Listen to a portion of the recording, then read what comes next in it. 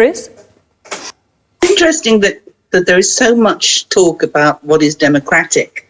The number of people who actually voted in the Scottish elections, who voted for SNP, comes to something like 2.5% of the total population of the UK.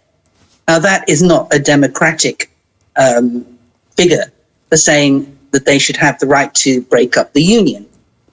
49% is not a total majority. And that even if we were assuming that every single person who voted for the SNP was in favour of independence, you still don't have a majority.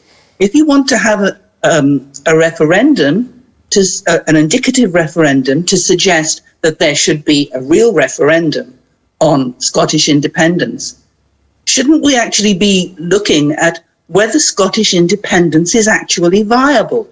I mean, I could decide that our village ought to go independent and put a man on the moon. Doesn't mean I can do it.